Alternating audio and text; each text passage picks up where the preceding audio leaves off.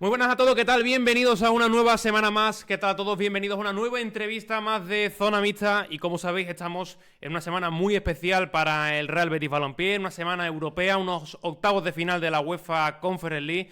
Y hoy, como no puede ser de otra manera, hablamos con una de las personas más importantes cuando uno recuerda al Real Betis Balompié y al Vitoria de Guimaraes por aquella UEFA Europa League de la 2014-2015, al bueno de Manuel Jesús Vázquez Florido, más conocido entre el beticismo y entre el mundo del fútbol como Chuli. ¿Qué tal, Chuli? ¿Cómo estás? Hola, muy buena, ¿qué tal? Bueno, lo que hablamos fuera de micrófono, todo el mundo te habrá llamado, todo el mundo estará recordando aquel día de Guimaraes. ¿Qué es lo primero que piensas? No sé si sigues al Betis también desde ahora, desde Orihuela, que eres el delantero de Orihuela, para quien te haya perdido un poco la pista, pero no sé qué es lo primero que se te vino a la cabeza cuando tocó Guimaraes y no Chelsea. Bueno, pues lo primero que se me vino a la cabeza, evidentemente, fue el gol y un poco, pues, lo que viví en aquellos días, que evidentemente fueron los mejores momentos de mi estancia en el Betis, porque fue el único gol que hice, entre otras cosas, y la verdad me alegré que le tocara al Vitoria porque dije, mira, me hizo rememorar un poco todo, ¿no? E incluso me están llegando fotos, imágenes de aquel día que no tenía o que había perdido. Al final fue una temporada que empezó muy ilusionante por lo que era al final, bueno, tú venías de segunda división, aquel año jugando UEFA Europa League, luego se dio como se dio y fue una etapa corta en el Betis, pero también muy intensa, con muchos personajes muy interesantes, luego hablaremos de Pepe Mel y compañía, pero bueno, repasando un poco tu carrera, Chuli, ahora mismo Orihuela, estás en segunda federación, llevas varios años en esta categoría, muy consagrado, y en un equipo importante de la comunidad valenciana que bueno, de hecho venís de ganar este fin de semana. Sí, la verdad que bueno, estoy muy contento aquí en Orihuela, estoy disfrutando muchísimo del fútbol, tengo una edad ya que se ve un poquito el final, la luz al final del túnel y la verdad que estoy muy contento aquí en la ciudad, en Orihuela. Se vive muy bien, me han acogido magnífico, como te digo, estoy disfrutando mucho y la verdad que muy contento. Chuli, hemos empezado por el final de tu carrera, por esa etapa en Orihuela, pero para irnos un poquito al inicio, canterano del Español, pasas Siendo novense. varios años en el Español, siendo del sur, incluso llegas a ir convocado con la selección española en categorías inferiores y coincides con jugadores como Canales, como Mar Bartra, como Tiago, jugadores que la trayectoria habla por sí sola de ellos. ¿Cómo fueron esos momentos y cómo se vive ir a la selección? Porque al final siempre nos ponemos en la élite, pero también cuando eres pequeño, esa llamada de la selección, cuando eres joven, tiene que ser increíble, ¿no? Pues tal cual lo acabo de decir, increíble. O sea, yo sinceramente no me lo creía. Además, la primera vez que me convocan para la selección española era sub-16, yo era sub-15 y yo todavía estaba en Huelva. Es decir, estoy en mi colegio de toda la vida, en Huelva, en la ESO, y recuerdo que me tienen que firmar me tienen que firmar un consentimiento para que yo pueda ir a Alemania, que fue donde fue el torneo, recuerdo, para jugar con la selección española. Y bueno, como bien has dicho, coincidí con estos jugadores bueno, que tanto conocemos, ¿no? Su carrera, que tan importante ha sido su carrera. Y sí, en mi generación, a la que me he enfrentado siempre, porque yo jugaba en el español, y ellos, como Thiago, como Bartra, eran cantera Barça y toda la vida me he estado enfrentando, digamos, a ellos. Eso te quería decir, pero sobre todo hay un hombre que también es identitario y que es importantísimo en la historia del Betis, como es Sergio Canales. Ese día marca, que lo tengo aquí el partido abierto. No sé si ya se le veía la calidad a los Thiago Alcántara, a los Sergio Canales en esos partidos cuando tú vas a los entrenamientos, se veía ya que eran futbolistas eran diferentes. Sí, sí, totalmente. O sea, creo que al final, cuando o sea, lo pienso y digo, ser ojeador realmente no es tan difícil, porque si sabes un poquito de fútbol, ves a Canales de joven y ves la personalidad que tenía y la calidad que tenía, o ves a Thiago, que era un jugador totalmente diferente a los demás. no tienes que ser tampoco un lumbrera, digamos, para saber que es un jugador diferente y que tiene categoría para jugar en primera división. La verdad que ya eso se va oliendo, se ve que, sobre todo recuerdo que, por ejemplo, Canales, la personalidad con la que jugaba, un poco nos llevaba a él, un poco nos dirigía el juego, como Thiago, lo notas, o sea, ya desde el primer momento lo acabas notando y evidentemente luego se tienen que dar circunstancias para que ellos lleguen a donde están y sobre todo se mantengan, que es algo ya más mental, pero evidentemente se huele, o sea, eso se huele desde el primer momento. Chuli, terminas tu etapa en el Español, vuelves a Huelva y llega, pues bueno, pues quizás esa temporada que te encumbra a todo, que a las órdenes de Sergi Barjuán, marcando más de 10 goles en Liga. ¿Cómo la vivisteis? Y también, ¿cómo ves desde la distancia al Recreativo de Huelva, ¿no? Que en estas últimas temporadas también lo hemos visto caer hasta la tercera federación, caer hasta prácticamente la última categoría, por así decirlo, del fútbol semiprofesional. ¿Cómo viviste aquella etapa y cómo también estás viendo desde la distancia el equipo de tu tierra?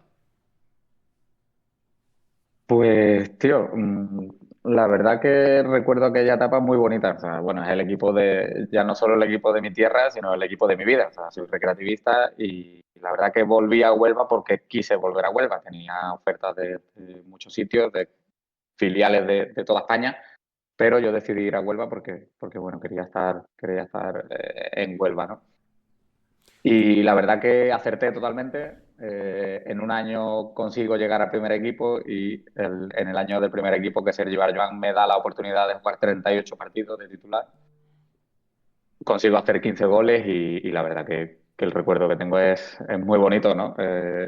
No sé, además recuerdo que ese año me dan muchos premios por el hecho de ser de Huelva y haber hecho goles. Tengo muchos muy buenos recuerdos de aquella época y la verdad que estoy muy orgulloso sobre todo de haberlo hecho en mi casa, que para mí es muy importante. Imagino que, claro, ahora todo el mundo lo mirará con añoranza, ¿no? Es aquellos años en el que, bueno, pues el colombino acogía equipos grandes, ¿no? De segunda división, que soñaba con ir a primera. Se queda ya incluso, por desgracia, muy lejano. Ojalá en un momento, o sea, en un corto o medio plazo vuelva. Pero imagino que para ti al colombino también te recordarán, ¿no? Aquellos partidos, ¿no? Aquellas grandes noches de segunda división, lo que era no fútbol profesional, donde hiciste, creo que llegaste a ser Pichichi, ¿no? Si no me equivoco, de segunda. O cerca estuviste. No, Pichichi, no, hice 15 goles. Sí que es verdad que ese año me dan el premio a la liga, hacía los premios estos que hacía siempre, no sé si sigue haciéndolo, ¿no? Creo que sí, creo que sí. Y me llevé el premio a jugador revelación.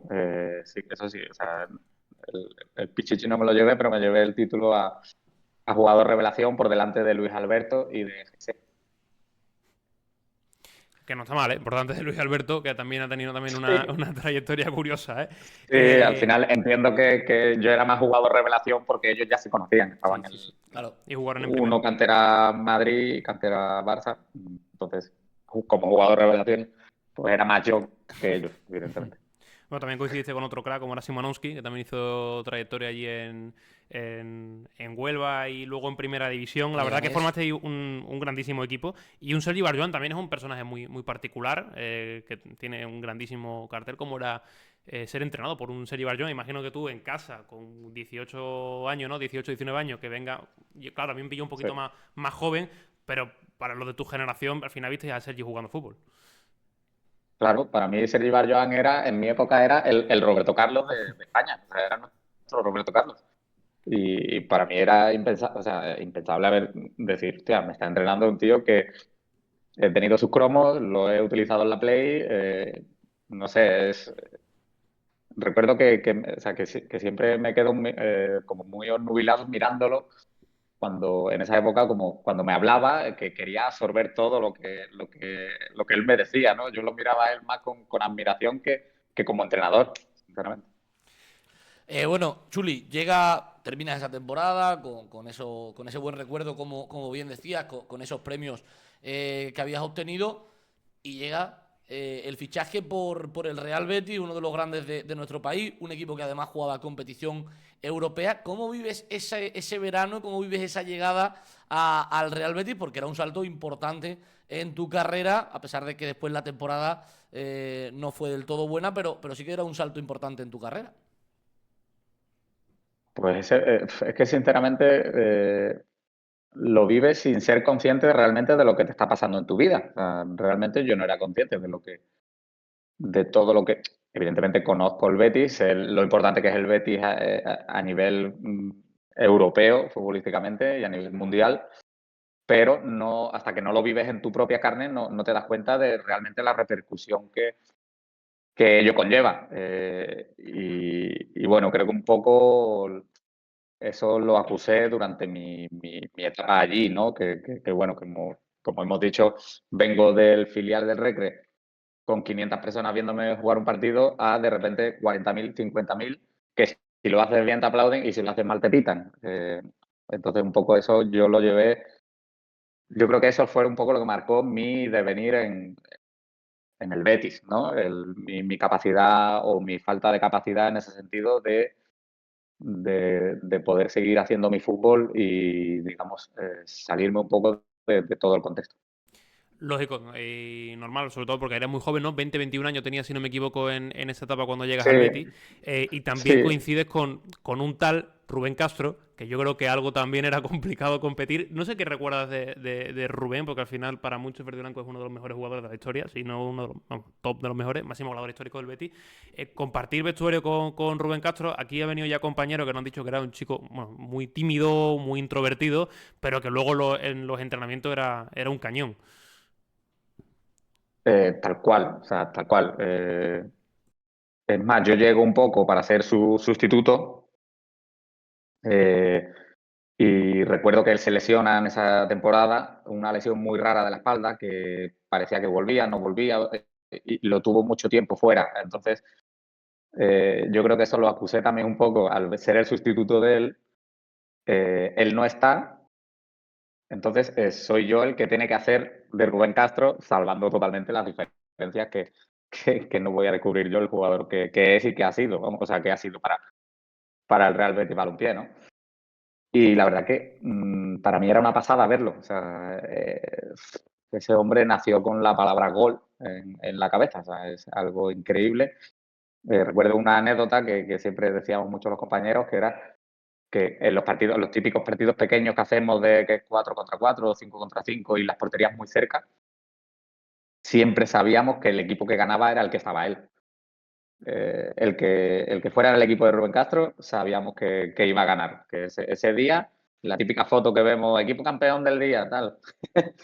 Pues hoy día sería todo el rato con Rubén Castro en la foto porque era una barbaridad. O sea, era controlar el balón y él la ponía donde quería y con la pierna que quería. O sea, es que era un espectáculo. Chuli, pasas como decíamos, de jugar en segunda a jugar en primera división e incluso a jugar en competición europea, en ese año en concreto la UEFA Europa League, y llega pues uno de los partidos, uno de los goles más importantes de tu carrera, en ese partido que se va a reeditar, en esa eliminatoria que se va a reeditar esta semana en la siguiente. Vas al campo del Vitoria Guimaraes, sales en el minuto 80-81 y en el 90 gol y 3 puntos en esa fase de grupos para la ciudad de Sevilla. Sí, la verdad que una pasada. O sea, el día lo recuerdo como. Realmente o sea, el gol no lo recuerdo de yo hacer, o sea, por mi memoria de lo que yo vi. Ya lo recuerdo evidentemente por los vídeos y por las imágenes y tal, ¿no? Pero, tío, como un sueño, lo vives como un sueño. Yo lo viví como eso, como un sueño, cuando no eres, o sea, como te tocas y no te sientes, pues eso, así lo sentí yo, ¿no? La verdad que muy feliz de ese día y pensaba realmente que ese día iba a ser como mi punto de inflexión, ¿no? Pensaba que a partir de ahí en el Betis mi suerte cambiaría en ese sentido. Porque, bueno, dije, bueno, abro ya la lata de los goles por fin con el Betis encima en Europa, esto solo puede ir hacia arriba. Pero bueno, al final no se dio así todo, pero bueno, la verdad que al final muy contento por lo que viví, ¿no? Además recuerdo la alegría que generó en la afición y la verdad que muy orgulloso. Luego al final, te quería preguntar por esa temporada en general porque luego miras un poco con perspectiva y evidentemente no fue no fue el mejor año, evidentemente, pero tampoco tenéis jugadores que dentro de vosotros mismos sabíais que había calidad en esa plantilla, no una plantilla falta de calidad, pero no sé hasta qué punto lo psicológico pensó de que era una situación tan irremontable que aunque pusierais todo lo que estaba en vuestra mano no pudisteis evitar el descenso. Sí, es que al final el fútbol, lo que tú has dicho, es una plantilla que no está exenta de calidad, que era muy buena plantilla, pero es que el fútbol al final tiene estas cosas, tío. Es ¿qué te digo? Es que entras en un bucle en el que crees que vas a salir, en el que, tío, pues llega Navidad, hace refuerzos, el club hace refuerzos, trae refuerzos, sí, ahora sí, ahora sí, ahora sí, y parece que vas a salir, venga, esta semana ya nos conjuramos, tal, ponemos todo de nuestra parte, ponemos todo de nuestro empeño y al final el fútbol es que es lo que tiene, o la mente, es que no lo sé, no sabría qué atribuirlo si a la mente, al fútbol o a todo un cómputo global, ¿no? Digamos. No sé, se nos complicó desde el primer momento y mira, es que era tan extraño como que en Europa llegamos lejos. Es que eh, fue la eliminatoria que nos elimina el Sevilla, ¿no? ¿En qué eliminatoria fue? ¿En qué fue semifinal o cuarto de final? Octavos, octavos. Llegamos, en octavos. Llegamos como a octavos nos eliminan penaltis y tal, incluso que le ganamos en el Pizjuán. Y en Liga no conseguíamos encadenar buenos partidos. Al final el fútbol que tiene estas cosas y no tiene explicación. O sea, no tiene explicación ni por mi parte, ni por el entrenador que hubiera de turno, ni nada. O sea, el fútbol es así y ya está. Chuli, ¿cómo? Porque termina esa temporada con el descenso del Betis a Segunda División, una temporada que empiezas jugando en Europa, empiezas con la ilusión de hacer un buen año a nivel continental y acabas descendiendo a Segunda División. ¿Cómo se vive eso en primera persona y cómo se vive eso sobre todo en lo anímico, ¿no? Porque llegas a un proyecto espectacular, llegas a un proyecto de primera división con Europa de por medio y en cuestión de 9 meses todo cambia hasta el punto de que el Betis da con sus huesos en la segunda división. Pues, yo lo llevé como pude, la verdad. Lo mismo que te digo que llevé como pude el tema de pasar de jugar en tercera a primera división. Mentalmente, pues en este caso lo mismo.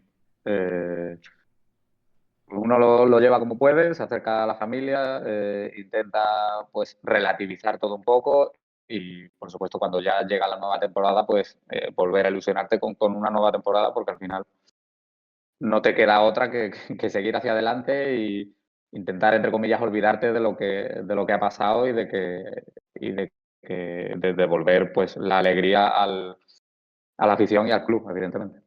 Dentro de aquello hay dos cosas que te quería comentar. Una sobre todo del entrenador que tuviste, Pepe Mel, tan característico, tan espectacular como era.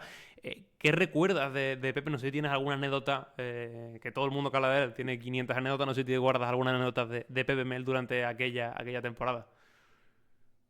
Bueno, lo recuerdo, sobre todo lo recuerdo como un entrenador que si yo fuera entrenador creo que me parecería mucho a él, en el sentido de que es un poco la vertiente de Carleto, ¿no? De Ancelotti, ¿no? De esa vertiente de que te deja ser futbolista, de que te deja más libre, de que no es un, digamos, entre comillas, enfermo táctico, de que eso, ¿no? De que te deja disfrutar dentro del campo y en el día a día, sobre todo, no es un entrenador tan estricto que te encorseta.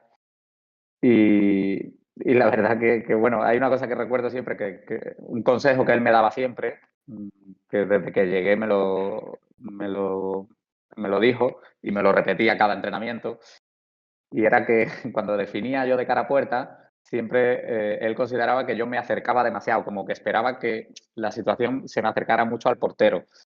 Y él me decía siempre que no, que como que intenta definir antes, así el portero tampoco se lo espera. Fue una de las cosas que fui aprendiendo, que aprendí de él desde el primer día y la recuerdo mucho. Recuerdo mucho. Bueno, la carrera me ha servido, evidentemente. Chuli, en el Betis coincides con dos jugadores que por aquel entonces eran muy jóvenes, pero que a día de hoy son importantes Bueno, en un el, poco, ¿no? en el fútbol mundial, como es el caso de Dani Ceballos y de Fabián Ruiz. Nos hablabas antes de que cuando eras joven coincidiste con Thiago y con Canales y se les veía esas maneras. ¿Cómo viviste, sobre todo, más quizás a Dani Ceballos, quien ya era una realidad con ustedes en el tema de entrenamientos y demás? ¿Cómo se veía y si de verdad se vaticinaba que podían llegar a ser lo que son ambos a día de hoy? Hombre, tanto como vaticinar eso, no, pero hablo del caso de, por ejemplo, de Dani Ceballos, que para mí, a mí me sorprendió muchísimo, o sea, a mí me dejó flipando. Un chaval que era juvenil y vino a entrenar con nosotros y él no llamó a la puerta del primer equipo, él directamente la tiró abajo, ¿vale? Y nos quitó a otro mundo de en medio, eso era increíble, o sea, un chaval juvenil que va al ritmo que iba a otro ritmo totalmente diferente, mental y físico, o sea, sin ser un portento físico, Dani Ceballos iba a otro nivel físico, pero evidentemente supongo que será por la mente, porque su mente iba más rápida que la de los demás. Y sobre todo me sorprendió muchísimo su ambición en el sentido de que pedía la pelota todo el rato, todo el rato. Él no se escondía nunca en ningún entrenamiento, ni en el primero, ni nada. En todos los entrenamientos él la pedía, la quería. Lo que es ahora, tal cual. Es que le veo jugar en el Madrid y no ha cambiado en nada. O sea, es como si fuera la misma persona, o sea, si fuera el mismo jugador desde que lo conocí siendo juvenil, ahora es increíble, o sea, era increíble eso. Contrasta un poco con lo que era Fabián. Fabián era todo lo contrario, era un jugador muy tímido, se le veía que era corpulento, que tenía calidad, buen desplazamiento con la izquierda y tal, pero era mucho más tímido, no la pedía, no. Era diferente, ¿no? Sí que podías vaticinar un poco de que si iban a llegar, uno iba a llegar antes que el otro en el sentido de explotar, ¿no? Más que nada por lo que se veía de Dani Ceballos, el tema de que se utiliza mucho de quemar etapas. Se olía ya que Dani Ceballos podía quemar etapas mucho más rápido que Fabián. Ahora, has dicho esta respuesta, no la anterior. Yo sería, si yo fuera entrenador, ¿te lo estás planteando? El tema de ser entrenador ahora cuando cuelgue la bota, que todavía no, todavía te queda, tienes 34 años, pero ¿lo ves ya a medio plazo? Bueno, a ver, podría hacerlo, tendría que terminar el curso, tengo nivel 2. Pero realmente ahora lo que me gustaría al acabar mi carrera es, entre comillas, alejarme un poco, ¿no? de lo que es el fútbol, sobre todo el fútbol profesional, el tema de estar fines de semana fuera de casa, tú me entiendes, intentar tener un trabajo un poco más normal, pero no descarto, evidentemente, el hecho de ser entrenador, aunque sea para entrenar niños. Eso sí que me llama mucho la atención, ayudar a chavales, no sé, enseñarle cosas básicas, intentar también el tema del coaching, de ayudarles en ese sentido mentalmente a chavales que quieren ser futbolistas, explicarles un poco que no les pase lo que a mí me pasó, el cambio este que hemos comentado del Recre B a de repente jugar Europa League, que no te pese mentalmente. Creo que me gustaría más tirar por ahí con chavales que intentar ser entrenador profesional, por decirlo de alguna manera. Y Chuli, ya por ir terminando un poco, hablaba mucho de que te gustaría trabajar con chavales, trabajar con niños para contarles tu experiencia. Al final es muy complicado llegar a la élite. Llega uno de cada 10.000 llega uno. Tú has hecho una carrera dilatada en segunda división, sobre todo, donde has estado muchas temporadas, también tocando primera división e incluso llegando a jugar Europa. Pero también imagino que lo primero que le dirías a esos chavales sería hay más vida allá de la élite, allá de la televisión, y se puede vivir de esto cómodamente, bajando a primera federación, a segunda federación, estando en segunda división, y al final eso también tiene que importar, ¿no? Sí, como bien has dicho, se puede vivir también fuera de los focos o del foco, digamos, de élite. Y también les diría que es algo que me gustaría, el dato que tú has dado, de cada 10.000 llega uno, que la vida no se acaba en el fútbol, que el fútbol tiene otras vertientes, que puedes ser otra cosa dentro del fútbol o algo que no tenga que ver con el fútbol, en el sentido de que estudien, de que se formen o de que se ilusionen con otras cosas aparte del fútbol, aunque su idea principal sea intentar ser futbolista, que evidentemente la apoyo porque evidentemente es la que yo seguí, ¿no? Desde bien pequeñito, pero que sean conscientes de lo difícil que es y de que tienen que estar preparados mentalmente también para otras vidas, que no solo es fútbol y que no todo es fútbol. Ahora que se había cortado, Chuli, aparte del Betis, luego Leganés, haces un temporadón, un poco resaccionándote de todo lo que fue la etapa verde y blanca, imagino, esos 11 golazos en 21 partidos. Pero sí que hay una etapa que me gusta mucho, que te quería preguntar, más que nada por el entrenador. Getafe, segunda división, es el año del ascenso con Papá Bordalás. ¿Cómo fue tu experiencia aparte con Jorge Molina, con el que ya coincidiste en el Betis, que no sé si fue para ti un poco mentor en la época del Betis y luego en Getafe, pero cómo es José Bordalás, Bebe Bordalás por dentro, vivirlo en primera persona? Para mí fue el entrenador bueno, ya has visto que mi cara ha cambiado cuando me lo has nombrado. Eh, para mí fue el entrenador que más me ha marcado, o sea, sin duda, en toda mi carrera. No sé, me enseñó que hay otro fútbol, que como bien sabemos, que no es el que nos quieren vender siempre, que no es el de dar 200 pases para hacer un gol y que puedes ganar también. Y que puedes ganar sintiéndote superior al rival. La verdad que creo que la clave de Bordalás, y la que todo el que lo ha tenido te lo dirá, es que te convence y te hace ir a muerte con él. O sea, tú puedes ser el más cruifista del mundo, que tú estás en el vestuario con Bordalás y tú acabas jugando a lo de Bordalás y convencido de lo de Bordalás. Eh, es una pasada como entrenador y sobre todo como motivador. O sea, te hace ir en su equipo sí o sí. O sea, todos en el vestuario meten la mano en el fuego por él. Lo tengo clarísimo y es su clave y es lo que le hace lo que a priori con tan poco tiene en la plantilla, le hace sacar tanto rendimiento. Lo tengo clarísimo. Bueno, pues Chuli, pues muchísimas gracias por haber estado con nosotros, muchísima suerte con el Orihuela, que consigáis esa salvación holgada, incluso a ver si os podéis enganchar a esa zona alta de la tabla, ¿por qué no? Además con un equipo que tiene muchísima historia y por supuesto bueno, pues con esta temporada y con tu querido Recreativo de Huelva, que ojalá siga dando pasos hacia adelante en un futuro. Pues muchas gracias a vosotros. Un abrazo muy fuerte.